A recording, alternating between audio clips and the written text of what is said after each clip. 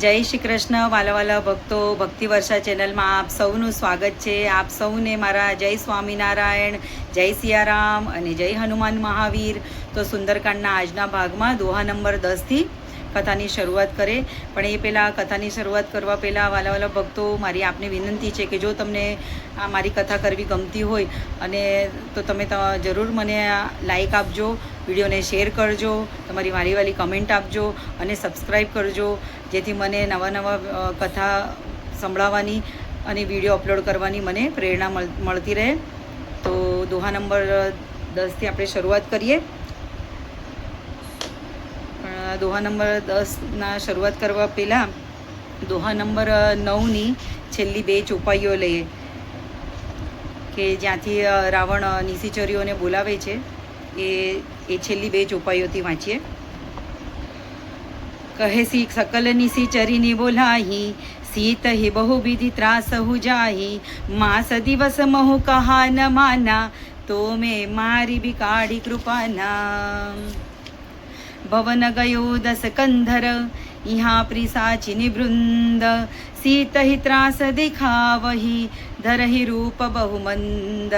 मंगल भवन अमंगल हारी, द्रवौ सुदशरथ अजिर बिहारी. त्रिजटा नाम राक्षसी एका, रामचरण रति निपुण विवेका. सबनो बोली सुनाए सि सपना, सीत ही सेई करहु हित अपना. सपने बानर लंका जारी, जातु धान सेना सब मारी. खर आरूढ़ नगन 10 सीसा, मुंडित सिर खंडित भुज बीसा. एहि विधि सो दक्षिण दिस जाई, लंका मनहु विभीषण पाई.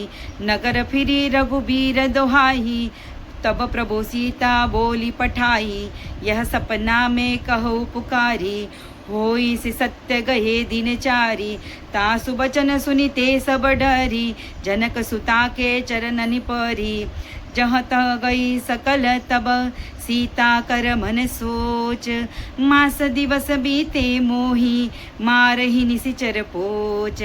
मंगल भवने अमंगल हारी, द्रवौ सुदशरथ अजिर बिहारी. त्रिजटासन बोली कर जोरी, मातु विपति संगिनी ते मोरी. तजो देह करु बेगी उपाई, दुसह बिरहु अब सही नहीं जाई. आनी काट रचु चिता बनाई, मातु अनल पुनि देहि लगाई. सत्य करहि मम प्रीति सयानी, सुनि को श्रवण सूल समबानी. सुनत बचन पद गहि समुझायसी, प्रभु प्रताप बल सुजस सुनायसी. निसिन अनल मिल सुन सुकुमारी, अस कहि सो निज भवन सिधारी. कह सीता विधि भा प्रतिकूला, मिलिहि न पावक मिटिहि न सूला. देखियत प्रगट गगन अंगारा, अवनिन आवत एक अवतारा. पावकमय शशि स्रवतन आगी, मान हो मोहि जानि हत भागी. सुनिहि विनय मम बिटप अशोका, सत्य नाम करु हरु मम शोका. नूतन किसलय अनल समाना, देहि अग्नि जनि करहि निदाना. देखि परम बिरहा कुल सीता, सोछन कपिहि कलप समभीता. कपि करि हृदय विचार, दीनि मुद्रिका डारी तब. जनु अशोक अंगार दिन, हर्षि उठी कर गहेऊ. मंगल भवन अमंगल हारी, द्रवौ सुदशरथ अजिर बिहारी. तब देखी मुद्रिका मनोहर, राम नाम अंकित अति सुंदर. चकित चितव मुदरी पहचानी, हर्ष विषाद हृदय अकुलानी. जीति को सकई अजय रघुराई, माया ते असि रचि नहीं जाई. सीता मन विचार कर नाना, मधुर बचन बोले हनुमाना. रामचंद्र गुण भरने लागे, सुनत ही सीता कर दुख भागा.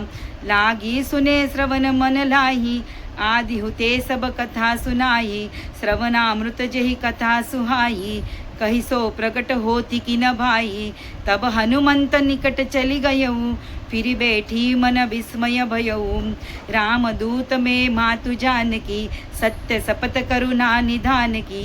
यह मुद्रिका मातु में यानी, दीनि राम तुम कह सहदानी. नरबा नरे संग कहु कैसे, कही कथा भई संगति जैसे. દોહા નંબર 13થી આપણે આગળના ભાગમાં કથા કરીશું. તો હવે તમને દોહા નંબર 10, 11 અને 12નો ભાવાર્થ તમને સમજાવું કે તુલસીદાસજી આ દોહામાં શું કહેવા માંગે છે.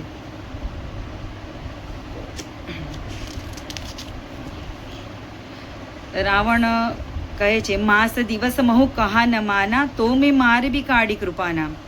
એટલે સીતા માતાને રાવણ કહે છે, જો માસભરમાં આ કહેવું, મતલબ નિશિચરીઓને એ કહે છે કે જો માસભરમાં આ કહેવું ન માને તો હું આ તલવાર કાઢીને એને મારી નાખીશ.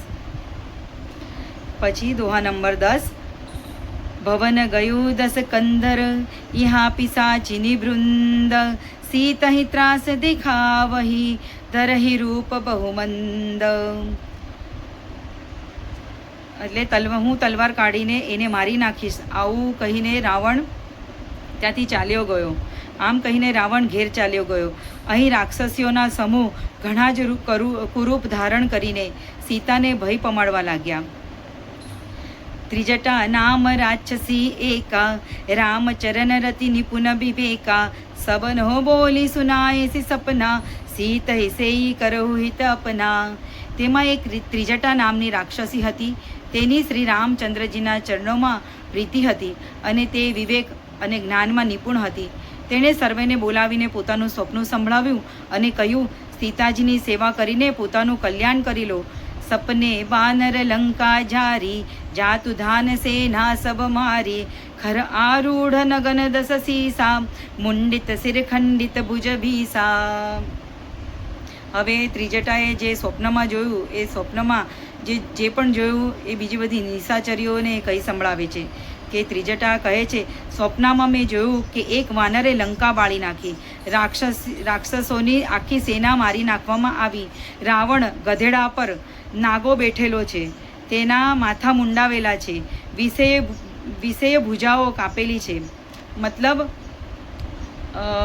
રાવણનું માથું મુંડાવેલું છે અને એની 20 ભુજા કપાયેલી છે, એવું ત્રિજટાએ સ્વપ્નમાં જોયું.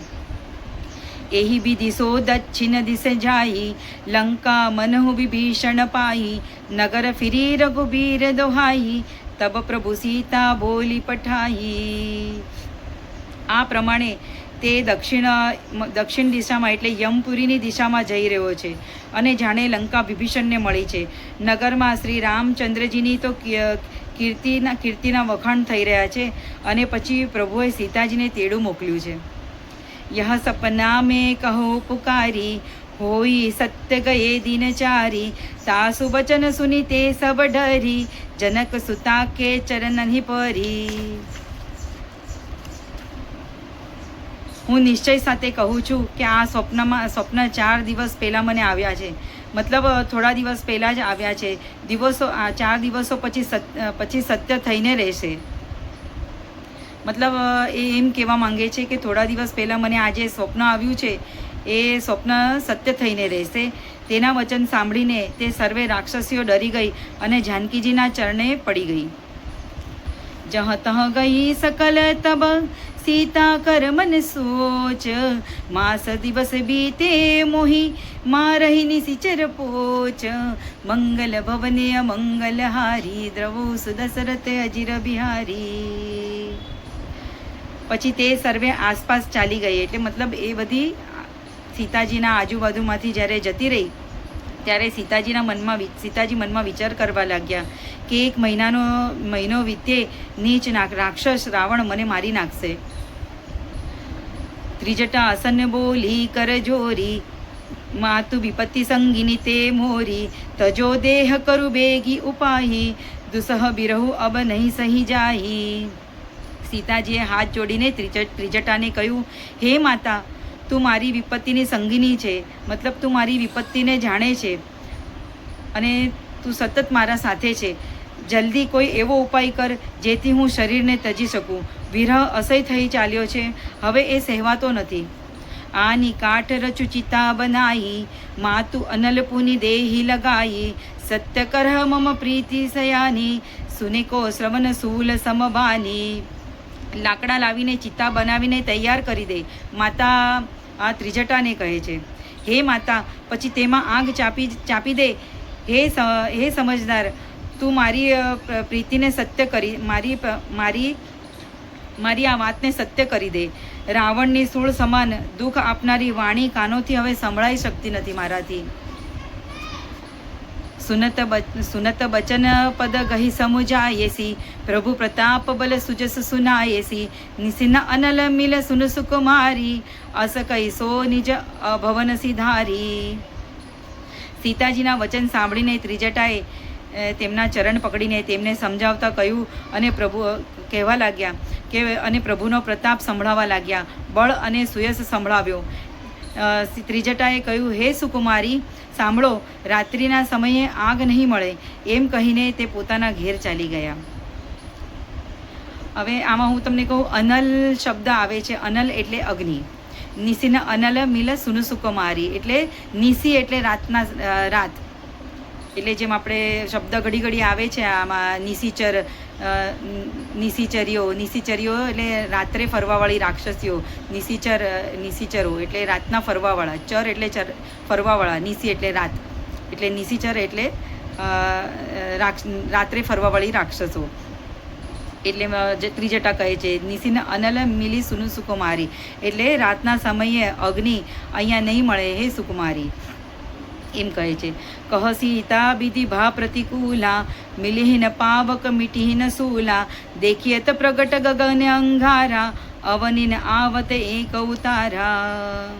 સીતાજી મનમાં કહેવા લાગ્યા, શું કરું, વિધાતા જ વિપરીત થઈ ગયો છે. ન આગ મળશે ન પીડા મળશે.